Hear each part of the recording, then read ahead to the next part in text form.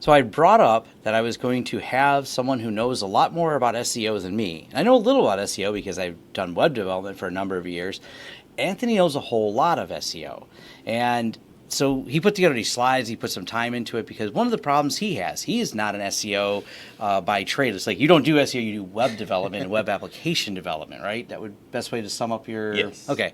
And not like average, maybe a company or two you heard of, I don't know, like Domino's, and you've also do work for StockX currently with your current company, and he's doing all the web application development, which incidentally, when you're doing web application development, you have to be thinking about making sure it's set up for easy SEO, and then that way their content creation team will take over and do some of the SEO for the content. Well, he's going to go back and forth on the details of that, but I introduce you to Anthony from Amber, Detroit, and we're going to talk about all those fun little things about SEO and all those people that are full of BS that will guarantee you the top ranking in Google and every other BS thing that comes in an email that you see. And you told me some, so I don't know how much we're going to be able to share on this, but Anthony certainly told me some horror stories of people who've critiqued after he developed the web app of what they thought the SEO would be. And this is what led to all of this, right? Essentially how wrong they were. So tell us a little bit about that. Start with that process. Then before we jump into, we had a whole slide deck we're going to go. But don't worry, they're not a wordy, boring slide because it's talking points, not a long PowerPoint presentation here. Don't worry. Yeah. So without jumping ahead, because I'm going to pretty much jump ahead a little bit here, but I don't think SEO is really that complicated, and I don't think it should be thought of it that complicated. In honesty, I think it comes down to just creating good content, and half the times everyone's focused on all these technical details, and I think their focus is in the wrong place. I get that there are technical things that need to get done. I think we all agree that that's the truth, but it's kind of goes to that whole 80-20 rule where you're spending 80% of your time on 20% of what actually matters when it should be the other way around. And I look at there's two things you need to do. You have to have content, number one, and then you need to have the technical pieces. But in all reality, the time spent should be more on the content. Yeah, and if you look at really successful SEO strategies, and I brought this up to people, I said if you take Home Depot or Lowe's, and we'll use them as really big examples, but they have entire build processes that they have for how to build this or how to build that, these home improvement projects. By the way, the tools are located on these aisles with these links to these product, and that kind of drives it. So you came there looking for how to install something, you found this cool build DIY project. That's good content. You're there because of the content. And I've seen travel sites do this as well. Hipmunk has a really good, their travel blog. They really good vacation reviews of spots. And by the way, click the link here and you can book. That's good content as opposed to these people who try to sell you this black magic of, all right, we're going to buy 30 million domains that all have a varied name of things people type in. And that's not, there's not a shortcut to it. And that's kind of what we want to cover in this. So we'll go ahead and get started on the slides here before I just ramble on about it too much. This is good. But I'm right with that, right? This is what you're seeing, right? This is the problem here. So I'm going to just skip through this a little bit here. This is myself. But I thought the best way to really try to understand SEO is if we just kind of talked about what is a search engine and its fundamental state, and then also what is search engine optimization. And then from there, what you can do kind of going forward. So that is the general analysis or thought process behind this conversation for today. Did I do this right? All right. All right. So what is a search engine? I mean, to break it down to me, a search engine is essentially, it's meant to provide something to the user. So it's doing two things. It's essentially collecting data, and then it's returning relevant data to the user. That is a very, very short, I don't know if you can get much simpler than that. Much simpler than that. On a search engine. So collect the data and then return the data based off of a particular query. So that is a search engine. I know there's a lot of them out there. Obviously, Google's the one that we all think of. But the ones that I don't think many people do consider are the fact that things like YouTube and Amazon and even like Facebook or LinkedIn are also search engines in themselves, because again, they're collecting data, and then when you're searching for stuff, they're returning it. Google essentially is the largest search engine, obviously, as everyone knows them, which they own YouTube, which is the second largest search engine. And it's helped me in SEO because I create content and I link it all back with this. So it's kind of interesting to see that. And as a matter of fact, if you look for anything, if there is a resulting YouTube video, it pretty much shows right up at right underneath the results, even though you're not searching YouTube. So there's a blending of all of these. And somewhere in between, you're going to have all the Amazon links showing you, where to find all this stuff and where to buy it. Exactly. So now that we have a very small, simple idea of what a search engine is, so how do these actually work? So this is going to get a little bit more technical, but I still, for as much intent as I could, I really want to keep this relatively simple. Again, we're collecting and organizing data, and then we're just returning data based on a query, typically a user query. To dig this in a little bit more, if you think of it like this, again, many of you may already be familiar with this, but the thought is there's a program out there, we call it a crawler. It's just crawling the internet. It's finding websites, it's finding content, and then from there it's just cataloging it and indexing it, and it's making it easier to be queried for the second half of what a search engine does. So that's part one, and I guess I talked about part two a little bit. So the part two of a search engine is essentially it takes a query, which is essentially whatever you say, how's the weather, which would be a query, or you could say, cheap hard drives or something like that. Something that those are simple queries, and then they have all that data indexed. And so all you're really doing is just searching the index of these search engines. You're not actually, it's not live searching the web for the most part. So yeah, that is the short. I tried to do a little diagram because I thought this made a little bit of sense to do so. So as you can see here, we're searching, it's indexing, so the little circle, the cylinder is our database of searching, and then you have a user which is going on a website, making a query. The way I think of it, again, just breaking this down, the first half is collecting the data, second half is searching through the collected data and returning. So again, very simple thoughts here about what a search engine is and what it's actually doing. So to bring this a little bit further here, I copied this. I'm going to read this, so I apologize for looking directly at the screen. But it's amazing because like Google basically tells you how their stuff works at a very broad sense, and so everyone tries to play the black box game when it's really like, hey, they're pretty upfront about how this works. So I'm going to read this, so hopefully it's not too dry, but I think that there's some really big things I want to pull out here. So from Google, it says, to return relevant results for your query, we first need to establish what information you're looking for, the intent behind your query. Understanding intent is fundamentally about understanding language and is a critical aspect of search. We build language models to try to decipher what strings of words we should look up in the index. It sounds semi-dry, but the simple thought here is you're asking a question, you're asking for something, and you're supposed to get a result. That is what Google's trying to do. And so the big thing I like to point out here is they're trying to understand language. And if anyone's tried to learn a new language, you would understand that it can be difficult. So can you only imagine how these search engines have to think and how they have to be able to pull that information out and help. And so the big thing to point out here is it's all about language. And we'll dig into this a little bit more without preluding, but that is the content. And before, if you started out like I did, I mean, in Anthony as well, in the early 90s or late 90s when web started coming up, it was all about keyword stuffing. Yes. And people still think that's relevant in 2019. It's just not. It's like, oh, you've been doing this a long time, but you haven't been keeping up with technology when someone says that. I'm like, yeah, that mattered by just filling it. Now it's, you got to remember, Google's very clear about this. Their system contextually reads the results and makes sure they're relevant. YouTube goes a step further. If I make a video on YouTube, they read the data, they read my lips, so to speak. They're doing language conversion and seeing if it's relevant to my title and if it's relevant to you. They're actually indexing those words. That's how they get all the little auto display on the bottom. So this is really important. Google's very open about this. There's links we'll leave this whole slide deck in there, but there's links in this. You can spend time directly from the people doing the search engine Google and read all the stuff. They're very open about what they're doing because they want you to create good content, which is the whole purpose of this. Yes.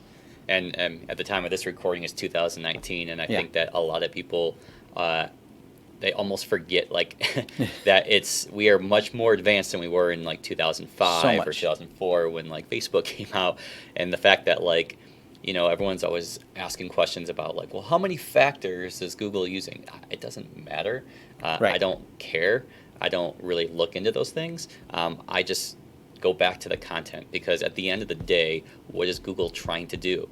Their goal is to provide quality content to the user based off the query. So I get that they're doing the indexing and they're doing the searching through their index to give you the information, but at the end of the day, their goal is to provide an answer directly to that user based off that query.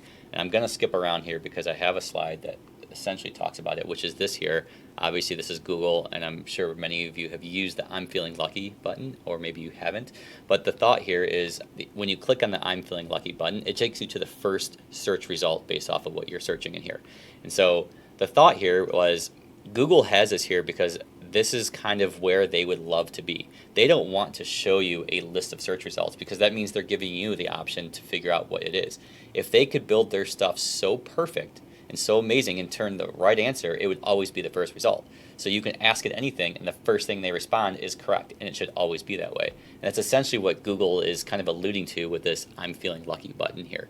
And so at the end of the day, it's not about trying to get up in the rankings or whatnot. It's about providing quality content to the user, and the quality relevant content to the user. Yeah. Because you Google things and the goal is to find what you're looking for, not a bunch of pages that are just stuffed with ads and irrelevant content. So it kind of gotten there. I mean, for a lot of the things I search for, the first link is frequently the one I want, unless I'm on Stack trying to look for a code problem on Stack Exchange or something. Well, that's a whole different problem. In URL colon. Yeah, in URL colon. Yes. Oh yes. That's another class on advanced searching. Yeah, not good. That'd be a good one. That's a good one though too. It's a good one. And if you look at it even today, like I'm trying to think of how often I go past the first page because Google's getting that good at returning results. And now that they're doing some of the really nice dynamic cards, so you're seeing like the weather cards, the sports. And the snippets. snippets, Sometimes I get the answer I want. I had some question about a product. The snippet was the answer about the product without me going to the page. So sometimes I'm like, oh, this is actually great. Yeah, exactly. So, so just kind of going back to the thought here is the goal of the search engine is to return the most relevant content based on the user search query. That is at its core what it's trying to do. So let's advance here a little bit. Yeah, the PageRank system. Oh, the PageRank system. So this also, I love, so I read the very first version of PageRank many moons ago, like full context. So this has been about 2006 and 7. I actually did search engine consulting, SEO consulting, as well as like affiliate consulting. Did this for the latter half of 3 years, and trying to explain to a lot of people like the whole idea is content, and there is no quick fix or quick have my web guy do this thing. It doesn't work that simple. And so one of the things I love to talk about is PageRank, because this is really kind of a soul. It's like the way to think of this sometimes is it's a social proof to the authority of the content, and that's essentially what PageRank is trying to do. So the simple thought here is when you have a page of content. So let's say Tom puts out a really amazing video, like every video that you do. I don't know about that. Roll back to the beginning. I left him up for embarrassing reasons.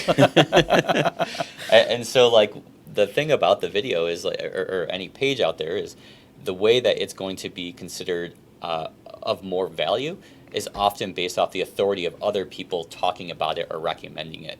And that is the simple thought of PageRank, where let's say in this diagram here where you have B as a arbitrary website page, an individual page, not a website, but an individual page, and it's getting links from other sites. And so the different size circles represents the relativity, or the authority, the authority of each other site pointing to it. And so you can have something where this example here, how there's roughly 5 X's, and they're at like 1.6%. Yeah. So they're small amounts, and so that's a small amount of authority even when you add it up. So like I can go try to do this whole, pay for links on a bunch of non-authoritative websites, but you're not really doing much work. Where if you actually create a good piece of content and a big website like New York Times or like CNN picks up your page and talks about it, you're going to get more authority off that one because the content at the end of the day is higher quality. And that is the goal in its essence of what the PageRank algorithm is trying to do.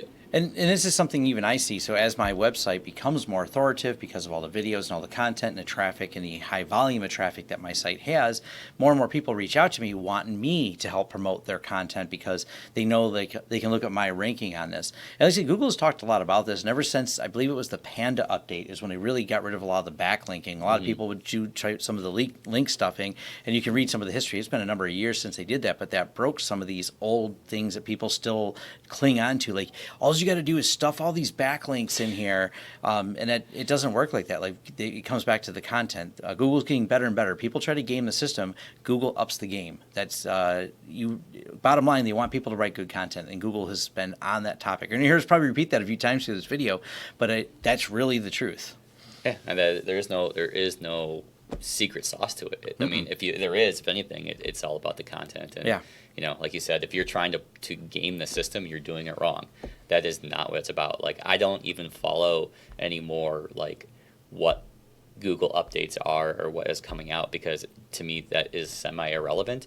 I understand there are things like, oh, we should focus more on mobile, which, again, it's 2019. If we haven't been doing that for the past decade now, again, you're doing it wrong. But right. For the most part, it all comes down to that content, and that's essentially where we're going with in this conversation here. So while we're breaking down some of the fundamentals of search engines, what we're really saying is just create good content, and that's where we'll go. That's where it's at. Yeah. So, what is search engine optimization? SEO, as we're talking about here. This is, I think I just Googled this and found it. Again, it's easier to find other people's words than sometimes mine. And I did link in these slides, as Tom said, we'll share. But, I thought this made a lot of sense, which is it's the practice of increasing the quality and quantity of the traffic to your content on the internet.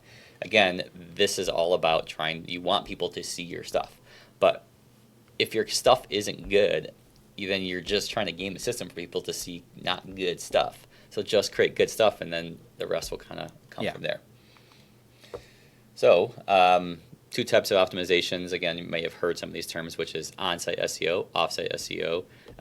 Again, both of these terms are pretty self-explanatory to me. It's what you do on your site versus what you do off your site. That's the two there. Some examples of on-site, optimizing page titles and descriptions, optimizing site for speed, different devices, maintaining an active sitemap. So these are things you can do on-site. Then off-site, things like guest blog posting, podcasts, YouTube, today. Yeah. Active use of social media. Even I even think of stuff like public speaking and attending network events as off-site SEO, because again, you're there to talk about your authority, and ultimately it's going to drive people back to your content. And I remember in early tech days we called it getting slash dotted, where slash was really popular. News site still is somewhat popular. I've heard that in so long. I know, I heard that. But you would get an article that was really popular, and it linked back to your site because of something you had done, and you would see all that traffic there. But that would later and still will show up in things like search engine results. Same with guest blog posts. This is what people ask me for a lot. They want to do a guest blog on my blog and have me link back to them because of the authority. And the public speaking and networking, don't underestimate that. You'll find even an event when someone has done it, that if it was big, even a meetup had a lot of attendees, or any of the other different platforms that are made for event management, that linking back to your site, because there was a lot of people interacting and discussing and sharing it across a lot of those are all indicators. Google goes, well, a lot of people said you should look at this person because we see all the people. Goes back into PageRank. These are things that the search engines are still using as indicators for that. Yeah, I mean, and also, like, if you do like a public speaking event, I've done one out in Vegas, and they had a speaker profile on a relatively authoritative website, and that pointed back, and I looked at my analytics, and I was like, wow, I didn't even think of this. I'm like, yeah. I mean, in all honesty, I didn't think about the speaker profile would actually generate some traffic. Again, it all comes down to being able to provide that quality content at the end of the day. So another way to think of on-site, off-site, I think on-site is create great content. Off-site is being able to tell people about your great content. And that's really what you should be focusing on. So it all comes down to, at the very beginning, create good content, and then go talk about it. And that's where you're going to do a lot of your quote SEO tactics, Yeah. if that's what you want to call them. Yeah, which is like even YouTube. YouTube is my offsite content that integrates back into my website. I do embed it, but it's where the discovery process is going to be better on YouTube to find my videos. But it does lead back to, and we get a lot of my inbound traffic is when I look at my analytics, people clicking the links off of the YouTube because we add links to my website and description. Exactly. Okay, so again, this is going right. I feel like a broken record because we keep doing about this. But this is a really simple thought. What are we really optimizing for? And at the end of the day, it's people. I mean, that's what we're not trying to optimize a computer that has no emotions or thought. I mean, they're just there to solve a purpose. That's what a search engine is there to do, is to solve a purpose. But at the end of the day, what you're really trying to do is provide quality content to people. And so I often joke half-heartedly just saying we are like people optimizers. That's what we're trying to do. We're people content optimizers instead of like search engine optimizers. And that's more important than anything, is being able to create good content for people. So I guess the next question is like, what should you do? And again, create good content. I have this. I know this is where I mentioned earlier. We kind of preluded this. I love. How do we say Pareto? Is it Pareto or Pareto? I don't know. I'm a king of mispronouncing things, so flame me in the comments. This is the thought I said earlier, which is the idea that most people spend 80% of their time focusing on the 20% of effort, when they should be doing is taking that 80%, focusing on a lot more that they could do. Yeah, this applies to so many things. Spend some time just thinking about this. Like, this is a tangent we're not going to go off on, but trust me, this discussion happened unrelated to this topic just before we got here of, where you spend your time. So this is something good to think about, but it applies a lot to the SEO. Yes. Yeah, I mean, even when I used to do the SEO consulting days, like the thing that always would come up is like, can I do this? And what about like the backlink thing would come up, or like how many keywords make sense, or like what should I put in my title? And I'm like, well, what makes sense to the content? No, I want it to rank good for this keyword and this keyword. And half the times people would pick like very simple keywords like best restaurant. And I'm like, that is so irrelevant. It's just so broad and not a good query to try to work for. If your restaurant has a niche, think about the niche and think about there. So, a recipe, and matter of fact, when we're done, we ordered Thai food before we started, so we're going to have Thai food when we're done. But, the search engine for that is going to be not just best Thai food, but the specific type of Thai, maybe a specific flavor. And that's how you can create content around what you want people to know you're about. Yes. I mean, I always would often say, like, what is your audience doing? I mean, that is, what would they do if they went to Google? Would they search best restaurant? They would probably search something a little bit more specific, like, best restaurants in, downtown Detroit, or being able to say like new restaurants in downtown Detroit. So those are the type of things I think people would search, not necessarily just best restaurant, because it's not a quality query there. All right, so we talked about this, so we can skip through those there. So, hey, guess where we're at? Back to quality that word. content. Yes. If we haven't said it enough by now. Yeah. So I always joke, and I've joked for 10 years now, honestly, because I've had these SEO conversations with too many people, and I always said that, like, if I were ever to write an SEO book, I would actually write the book about creating great content, and then I would have an appendix which would be all about the technical optimizations about how to set up a sitemap, and how to get your web console set up, and how to get your Google Analytics so you can review it. Like, those are all the technical things, but that's that 20% that you're spending 80% of your time on, where you should actually be focusing on the content. So, and I'll that's actually, my book. and I'll speak to doesn't this. exist. Yeah, it doesn't exist yet, but it should. And this is something like the whole process of doing the sitemap, registering with Google Business, loading analytics, all these little details. A developer can knock this out in a day or two. This is not. Well, that's the thing. It is just not the part. Now, when you say I want to, I'm going to be Hipmunk and I'm going to write these really good travel blogs, that's a lot. They put a lot of effort into content. The DIY projects that Lowe's or Home Depot put on their blog, they're not like, hey, just grab a hammer and a nail and a 2x4 and put something together. They're much more elaborate for kitchen remodels and things like that, because they put a lot of effort into that content to later make you go, oh wow, I can build this kitchen. In fact, they somewhat build it on some of them. I think Home Depot have taken to some YouTube videos like showing construction, like this old house style stuff, putting it together. But great content's not easy. We say it, but we know that it's a lot of effort to do that. You will spend some time on that aspect of it to really give people that. I spend hours on my YouTube videos to, go in depth on a topic, just, for many reasons, but that's part of the content. I can't just kind of say, hey, I do firewalls, this video. No, you have to put together something someone's going to want to read, watch, engage with. Yes. All right, so let's talk a little bit about creating good content, and I'm sure you could probably speak equally, if not more than this. But again, this just goes back to the same thoughts that we share with a lot of our clients, things that I've done in the consulting days. For us, it comes down to essentially a few simple thoughts here. Number one is creating a content schedule. I always say, just start with one day a week or one piece of content a week that you're going to release. The next thought is learning how to write good content. Now, this is let's not go back to English class because that is a little dry. But I think that there's a lot that you can learn out there, and I do have some resources that I've shared more than I can remember about how to create good content. The next thing is learning what your audience wants. There's lots of great ways to doing this, like keyword tools, or even your Google Analytics has lots of insights to what your users and audience wants that you can learn how to create content based off of that.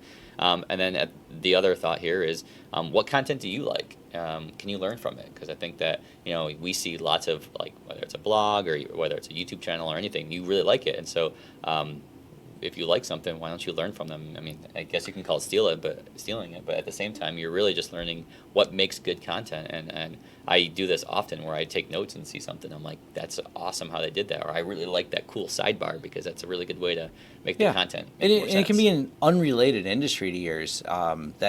I see all the time, I'll see a way something was presented, and I'm like, well, I like the way they presented it. It's completely not tech I may be watching, but the way it was just done or the thought process on it can kind of inspire me to do my content differently.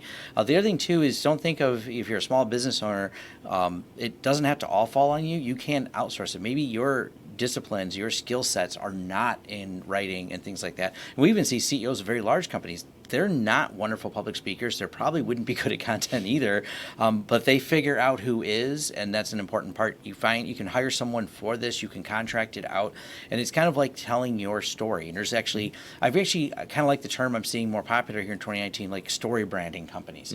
And those are kind of related to content. They help tell your company's story, and they'll break in and create that content out there. So then that's not the same person necessarily that does your web development. They're not necessarily one and the same. It's not a technical person. A storyteller does not have to be technical. So you can think about that from a different perspective. And so when you're building out your whole strategy for your business online, it may not be an all one-stop shop. You may hire someone for your web application development, someone to do maybe some graphics and marketing stuff, but then someone else to help tell your brand story and bring that to life. That's still, like I said, a different discipline. You may find one design team that has it all in-house. Awesome, great. Those are dreams to have one-stop shop. But even myself, I've actually hired people over the years to help tell my brand story. Yeah. I mean, one of our clients, StockX, I know we brought them up, but I mean, the amount of content that they're creating, and they have a whole content team, and that's all they do. And I interact with them, I would say, just about every single day. And the strategies that they're coming out with, I mean, I don't even know how big their team is now, just the content side, but it's roughly 20, maybe even up to 30 people now. And their whole goal is every single day is figuring out, what do I want to write, when to release it, what content to put in, what photos do I need, what are the keywords that make sense, and I say keywords, I should say key phrases, so what are people looking for, and so they do a pretty good job at breaking this down, and they just pump out so much content. And the good thing is they're pumping out quality content, and it's really enlightening to see a company take their content so seriously. And to give you perspective, StockX is a company that you may have heard of. You Google, you'll definitely see them in the news, but they're not a company of 10,000 employees with 20 people creating content. 20 people creating content is a big piece of their team. I mean, I don't know what the total number works there now is, or they're really rapidly growing. They're really big now. Yeah. But half of it isn't even, that's on a whole other side of their business. But just from their digital space, I mean, I think that probably half of their digital team is all in content. Yeah.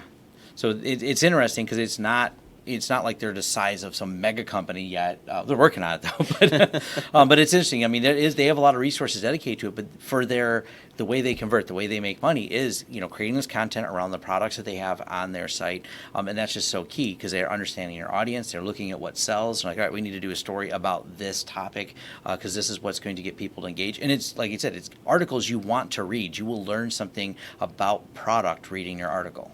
Exactly. Yeah. I mean, at the end of the day, like StockX, that their whole goal is to essentially sell a shoe or a handbag or something like that. That's what their goal is. But they're writing content about like, oh, this shoe just got released, or look who wore it best. Like, I mean, they're doing all of these really cool ways of talking around the products. And of course, they're going to link back to like, yeah, check out the product on StockX, or, we have an exclusive version of this product on StockX, or Right. check out, how you can match a really cool handbag with the shoe. Of course, they sell them both. So, they're all about creating the content that people really want to learn more about products, and then ultimately they have the opportunity to buy it right through StockX. Yep. So, all right. So I know I have a few slides about each one of these, so we'll kind of briefly, because I think Yeah. we touched on most of these. I don't want to like repeat myself here. Just create a schedule, be consistent, stick with it. I think that as long as you're constantly putting out content, it's going to do well. I should say quality. I need to not just say content, but quality content. Quality content. And also don't expect results within like the first few months, I would say, if not like multiple months before you actually start to see some type of audience off this. I mean, I think you could speak the most even with this YouTube channel here. It takes a long time. I mean, even my YouTube, sure, you see whatever the subscriber count is right now. I know it's over 70,000, but there's years in the making of me putting all the videos to make this happen. Mm-hmm. Yeah, so at the end of the day, just, trust the process is kind of the thought here. Put out, create quality content, put it out, try to be consistent in releasing it, so you're not like releasing 500 articles now or videos now and not doing any like for a year. Yeah. That would make no sense. And, I think we both read Alexis Ohanian's book. Yeah. Yeah, and which it goes to a really good point that he makes in that book that I love. Don't ask your mom if the content's good. Don't ask your friends. You got to ask people who will be honest with you going, no, that's terrible. Because the world will let you know overall, because if you don't get a lot of views, you don't get a lot of engagement, it may be bad content. But if you ask your mom, oh, honey, it's great. So there's a... You do find honest review of it, because that is an important aspect. Because you can't just create a bunch of content and ask. It comes back to that create good content thing, and asking people who are never want to hurt your feelings. They're not doing you any favors when they say, "Oh, that was great." Oh man, Yes. Yeah. Criticism is so much sometimes like more valuable than optimism. Like as much as it feels good to be told things are great and I like it, but having people kick back and say, well, it would have been nice to hear this, or well, I think you meant to say this. Like those are the type of things that I think you find a lot more value in, and you learn from it. Like everything you put out there, you can always put something else out there. You can create something better. So that's the beauty of being able to create new content. I've seen this, and I do read the comments, and I've had some comments that someone's like downvoting a person because they're like, "Oh, you're mean." I'm like, "No, they're actually right. I should have done that better, and I will work to do that better." So those I appreciate the honest people. Then some or whatever. So, going to the creating quality content. So, a book I've referenced, I don't know how many times, and not just the book, but also the website, is ProBlogger, because they talk a lot about how to like essentially blog for money, but they teach a lot of really good content creation strategies that I've learned so much on. I love the book. The book has some really good ideas of like, here's some things that you could think about talking or writing about. They even have this 6-month plan where they give you a topic every single day. It's like an open-ended sentence, and you can basically structure around nearly every business. That's the intent. And so they're literally giving you an opportunity to think of a topic or something you could write about or talk about every single day for 6 months. So they're giving you like a 6-month lead into content, which is super awesome. So I know you can Google like content topics and find plenty of them if you get the writer's block. The other thing, and this just touches on a little bit of thoughts on the SEO, which is titles and photos that would show in search results. Again, I know we're all visual people. We like to see very visual things, and so search engines do have the ability to have images. And I think that it'd be really great that you are picking good images. The other thing too, which is the titles, I think are so valuable that I think that if you think about it, if you go to Google and you search something, you're gonna read the titles, and then whatever you read in the titles, most likely what you're gonna click on to see whether it's the right content. And so to the end user, that person who wrote it, they thought about that. And I think that's important that you think about that as well when you're creating your content. And that goes for not just like, your website, but also things like YouTube. Like obviously when you create a YouTube video, you're going to think about what title makes sense. Yeah. So that when someone searches it, that they're more inclined to click on it. Sometimes I overthink it, but think about it in more natural language. Yes. That's the biggest thing. Is what would be the question that would be asked of this? Pull out your Jeopardy hat. I mean, that goes right back to you just went full circle Yeah. back to the Google, what they said. They're trying to understand language, right? Yeah, and most people type in things in a natural query, so you start with that as a thought. The other thing I'll recommend for great content that helps me a lot is, one, I read a lot of books just in general, and even if those books are not technical. Matter of fact, one of the people I think speaks eloquently is John Green. I've actually recently read one of his fiction books, which is completely non-technical, but boy, it made me think a lot about words because he's such a prolific author. Mm-hmm. But the way his writing style gives me better thoughts on how to do it. So that is just read books. Mm-hmm. Even if it's fiction, man, it's weird, but I really feel it puts me in a better mindset. I did another book over the weekend. Mm-hmm. Same thing, puts you in another mindset of how those books are created, and even if it's not related to your industry, if it's just a popular book, sometimes there's a reason it's popular. Yeah, exactly. And just to touch base a little bit more on some of the title thoughts here, because one of the things that our clients come to us often and ask is like, they want to increase their traffic and they want to do SEO things, and they're creating content sometimes. Not as much as I wish they would. I really do. Yeah. But the ones that do, they'll create a content and they don't really think about the title and they don't put much effort into it. And so I often say like the title is essentially like your elevator pitch to someone being able to look at that article. And the thing too is, some of our clients have gone in there and just put like a title tag for like just the homepage. But in reality, most people are not coming to your website to the homepage. If they're gonna Google something per se, and find a piece of content, they're going to come to that individual page. So don't always make the assumption that everyone is going to see your homepage to start, because that's most likely not the truth. Yeah, that's it. Yeah, and if you think about the way a headline works, especially with clickbait and things like that, but in the media industry or in the newsroom reporting, they're going to call it a byline, and it's all about that grabbing title. I love the title that Wired had the other day. Everyone was upset because it's July of 2019 about the Face app stealing everyone, the one that makes you look older.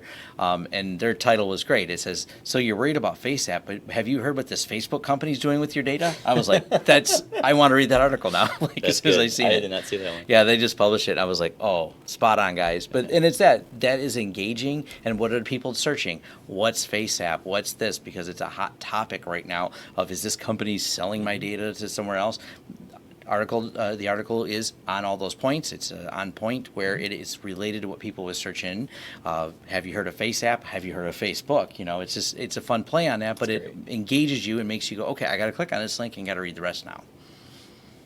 Yeah, and speaking of finding information and what you're looking for and what your audience wants, I love the fact that like Google Analytics gives you a lot of information. They tell you what queries people are searching for to get to your website. To be specific, they give you the queries that are non-Google, and then you have to use Google Search Console. I always forget. Yeah, they've changed the name a few times. I don't even know what it's called these days. Yeah, I know. I think it's Search Console. I think it's still called that. Yeah, so through Google Search Console, they'll give you what the queries are from Google, but those are really valuable because you can see what people are searching to find you. And often, like, I've gone in there and I've seen like some really random things about the web space. I'm like, oh, that's weird that they found us through that. The thought should be, well, let's go create some content around that because maybe there's other users that are also searching that. Yeah. There's lots of great keyword tools. I'm not going to go too far into these because I think to each their own, to be honest. I don't have, I've been asked, what's the best keyword tool? I haven't used them all, so I don't know, is the first answer. The second one, the one that works best for you, is how I would say it, because, again, they're all, good in their own rights. The thing I often like to talk about is being able to embrace the long tail keywords, or essentially being more specific about what someone is searching. So going back to that restaurant analogy, best restaurant, it'd be more of a broad statement of a keyword, but saying like best restaurant in Detroit for a date would be something more specific. So if you put out a blog article and said something about like, here's a top 5 best restaurants in downtown Detroit to take a date to, that would be a much higher quality title than just best restaurant. So Right. And you can think about around that too. You can get more in depth and say maybe you list the place to start. You start for the walk in the park. Take, you want to walk downtown, go here, and when you land, you're going to stop at our restaurant and here, and we got a special package. So you can kind of lead them into it and have this great blog article. Take some photos around Detroit. People, especially when I travel. I just got back from Pittsburgh the other day. We're all visual people. I looked at places and places that had good photos. I'm like, that looks like a place that have good atmosphere as well. So don't underestimate kind of bringing them along. Even if those photos are outside of your place, or bring them to the city. And we're speaking about restaurants here, but you kind of get the concept. And you can extrapolate that to whatever if you're StockX, you're doing fashion style stuff to relate to the fact that you sell fashion. It's all relatable like that. Yeah, and understanding your audience, that's the biggest thing. Yes.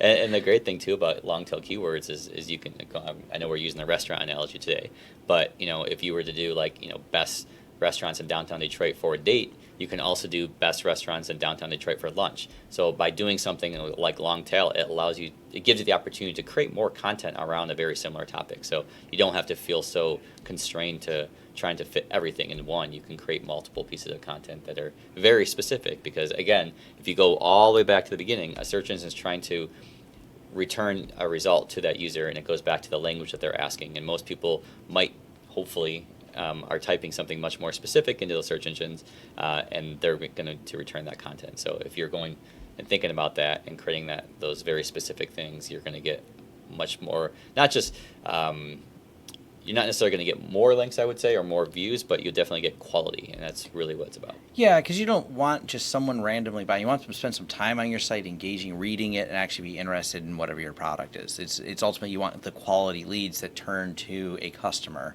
if that's your goal. Correct. And I have mentioned Google Trends on here, which is a great one where you yeah. brought up Face App, and that would be a great way to realize this Face App thing's trending, and then maybe there's some I occasionally will use Google Trends, and we kind of joke it. I call it a little bit of trend hijacking. But if I know something's up and coming, and it's something interesting that especially if I have a lot of words or opinion on it right away, I'm like, oh, I got to talk about this. And you'll notice it'll be especially when it comes to security news in the tech world, I'll see something coming up, I'll have my own opinion or do my own research on it, and you can use that as quick, write an article. People are searching this heavy right now, and you can rank up there really quick with it. Yeah, 100%. And then I guess one of my last thoughts here is really just, looking at what else is out there. I think these are some really simple questions here. How easy is the content that you read, listen to, or watch to consume? Consider that. What images are they using? What makes you feel good inside when you see an image? Is it clear? Are they doing infographics that are busy or clean? Those things that you can learn, like those design trends. How are they structuring their paragraphs? Are they long? Are they short? What feels good to you? Often what feels good to you, I would say, is going to feel good for other people. So it's really good to learn that, how it's organized, and I guess, what other content is around it. And don't be afraid. I mean, if you decide you're the one that's going to write the content, there's writing classes online. There's inexpensive ways to dive into learning this, which I probably should do myself occasionally. But it's a good sentence structure, good grammar is important, and thinking about ways to form the sentences better. That does help quite a bit. I've had some really painfully hard to read articles, and I've had a friend who was a writer who's gave me a lot of tips. He's actually went through the few. I don't write a lot anymore, but when I did, he would help structure that for me a lot. It was very helpful. Yes. So this is complete curveball I threw here on this slide, but I just had to put the slide in because I didn't want to forget to talk about this. It is so left field. Building an email list, I think, is so important to do. I think you're cutting right to the chase, and you're having the most direct way of communicating with somebody, outside of looking at trying to build a follow on Facebook or Twitter or something else, where those I think of are proxies, because you don't necessarily know what you can do or how you can broadcast your messages to them, but you'll have a lot better opportunity to do this with email. And the great thing is you can use all of the different tools out there to promote your content or get your content out there, and then build that email list, and then ultimately send more content to those users, and it's really nice. And matter of fact, this goes back to the content as well. I've known people who do a monthly newsletter, and one of the people I subscribe to this is actually where I know where all the Chamber of Commerce events is. He's got a company that does different design work and things like that, but he always has at the top of it, all of the Chamber of Commerce events and a lot of other business networking events, it's the business networking newsletter. Oh, by the way, we do this design work and blah, blah, at the bottom. But I've always appreciated that because he's got good content. I actually want to read his email. He's actually got something that is interesting to me because it's business networking, where I did meet him. He was polite and asked if he could add me to the list. I said yes, and this is still effective. Email doesn't have the open rate. It's if you're trying to get general consumers, it's not as good. But if you're doing B2B work at all, email is still very effective. It's still a business tool in 2019. Slack has not killed email, or insert whichever company made the claim that they're killing email in the next year. It hasn't been done. Yeah. It's still alive and well, and it still does have a good, especially I have some friends that built their business and still maintain it greatly by their email list. B2B, it still really works. Millennials may be the people that kill. Like the really young people may finally start to, but I don't know. I don't know. Do you follow the Brew email list? No. Oh, it's great. It's millennial focused news you get Okay. every single day delivered to your email, and it's a great email list. And Well, maybe I could be wrong about. I'm over 40, so I could be wrong about these things. But overall, I've shown for B2B, it's effective, and that's the space I work in mostly. We don't do any emails for B2 retail, but for B2B, I will tell you it is effective still. He's not wrong. yeah, I mean, the great thing too about email is you do even get to invoke your own branding within those emails. So there's a lot to it outside of just being able to put something on. And you're still owning the platform. One of the things, as many people have learned with all these other sites, especially as they come and go and change the rules dynamically, you may or may not have access to your customers. In the early days of Facebook, anything you posted on your Facebook page was pretty much viewed by them. Quickly, it became pay to play, and then I think without paying, it's something like a 4% view or 5%. It's really low. They keep lowering the number. Basically, if you want, you're like, cool, I have 3 million people that like my page, but for them to see anything, I got to put X amount of dollars into it. And that's how any of these platforms are going to work. They're going to figure out ways to optimize and monetize, which means you don't have the control. You send emails, other than making sure you don't get caught in filters, the emails are going to get through to the people that are on that list. Yeah, I mean, at the end of the day, an email list is the most agnostic way of building an audience, and that's kind of the simple thought there. Yep. So just to touch base on a few thoughts here, one of the first questions that often comes is like, how do I build an email list? Outside of just doing a very simple organic approach of having like an email thing on your website or telling people to subscribe, is giving away free content to get them onto your list. So this could be offering like a PDF or like here's a free video or something like that. They just give your email, you send them a link or whatnot, and then you can build a list that way. Once you build a list, make sure to actually send people emails. Yeah.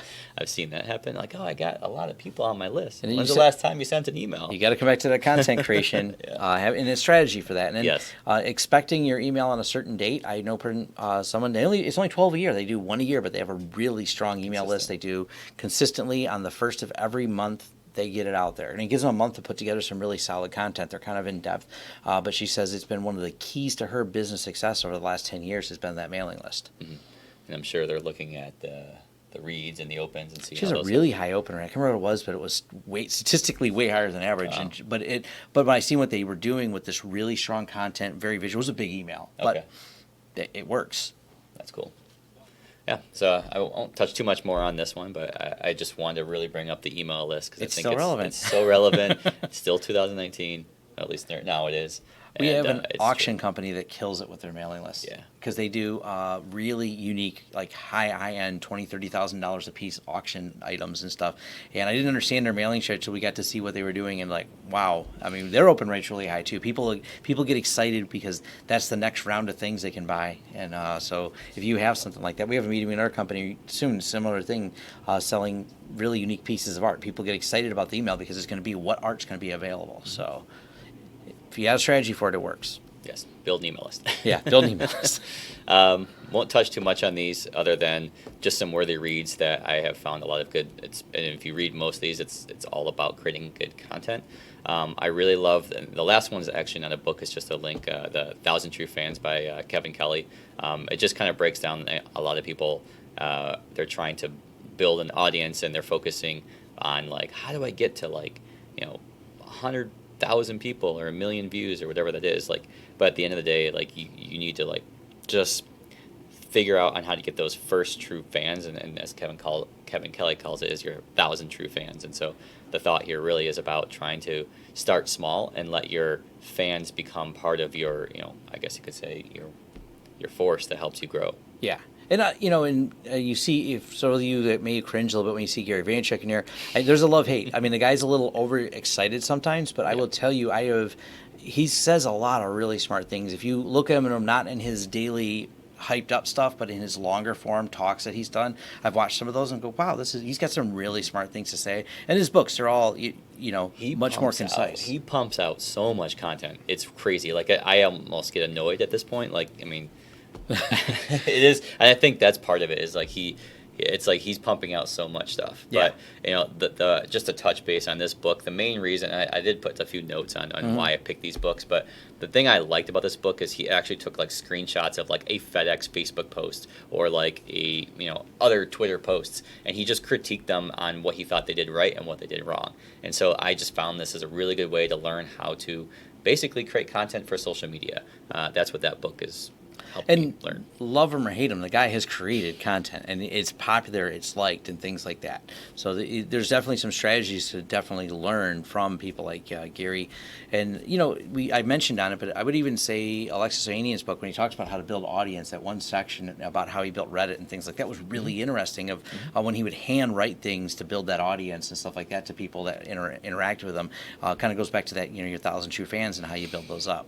Yeah, definitely. So I think that's everything I got. Yeah, that's me. So you can reach out to Anthony any questions, which is really weird for a video, but that's why we have comments, right? Yeah, we have comments you can do. You can also find Anthony at Amber Detroit, Anthony at amberdetroit.com. There'll be links below right to his website. You can learn more about what they do and all the fun development stuff. But we wanted to get this out there because this SEO thing it's like neither one of us is like, this is not our job doing SEO, so we have nothing to really sell you. So we just wanted to share some knowledge with you on what's right, what's wrong, and all these people that every time you're not SEO optimized or you run into that experience. Recently you had a whole debrief and you said you had to dive deep to all the reasons that they were wrong about stuff because they were just very dated. And these companies want a lot of money. I mean, some of these packages, I've seen some of my clients, one of them wanted to sell my client just a domain for $10,000 because it had a key word in their name along with a city. I'm like, really? You think someone's going to, like, I looked at the Google ranking and I tried to explain it to the client. The client's like, but they said it would really, really help our website if we took bought that domain for all this money and just forwarded it to our site. I'm like, it doesn't work that way. That doesn't help anything for your content. The website doesn't even have content. It's got a placeholder. The guy's just domain squatting. That worked back when the internet was small and Yahoo had an index of every web page. It's not even possible. Even Google's not trying to build an index of the entire world. Not like that. Not in that manner. So hopefully this was insightful. Hopefully you learned something from it and you're going to get rid of that SEO salesperson. It's got some magic tricks they're going to sell you. You're going to hire someone, or if it's not you, hire someone to actually create some good content. Create good content. That's the whole secret of it all. Yeah. Awesome. All right. Thanks. Thanks for watching. If you like this video, give it a thumbs up. If you want to subscribe to this channel to see more content, hit that subscribe button and the bell icon, and maybe YouTube will send you a notice when we post. If you want to hire us for a project that you've seen or discussed in this video, head over to lawrencesystems.com, where we offer both business IT services and consulting services and are excited to help you with whatever project you want to throw at us. Also, if you want to carry on the discussion further, head over to forums.lawrencesystems.com, where we can keep the conversation going. And if you want to help the channel out in other ways, we offer affiliate links below, which offer discounts for you and a small cut for us. That does help fund this channel. And once again, thanks again for watching this video, and see you on next time.